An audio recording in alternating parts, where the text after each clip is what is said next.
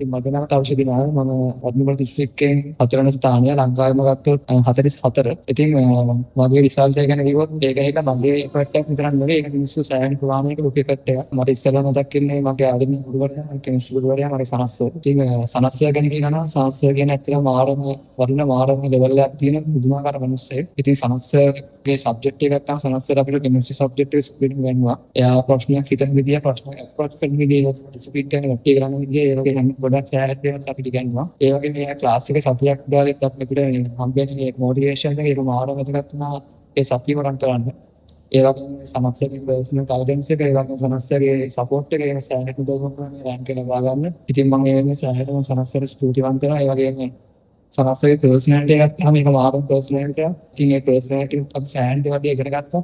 Discipline, hard work, ඩෙඩිකේෂන් වගේ සෑහෙන දේවල් ටිකක් මම මේ පර්සනැලිටි ඉගෙන ගත්තා. මම වගේ අපේ හැමෝම අන්තිමට වාරයක් කියන්න තියෙන්නේ මේ ක්ලාස් එකේ මාරම පැකේජ් එකක්, ෆුල් පැකේජ් එකක්. ඔයාලට සබ්ජෙක්ට් එක ඒ වගේම සෑහෙන දේවල් ඉගෙන ගන්න හැකියි. සමස්ත වලට පර්සනල් ගයිඩන්ස් එකක් ලබා කෙමිස්ට්‍රි සබ්ජෙක්ට් එක වගේ අනිත් සබ්ජෙක්ට් කොහොමද බැලන්ස් කරගන්න, ටයිම් මේනේජ් කරගන්න විදිහ. ඒ වගේ සෑහෙන වගේ ගොඩක් දේවල් ඒවල හම්බ වෙනවා. ඔයාලට ආරාධනා කරන මේ ක්ලාස් එකට එන්න කියලා.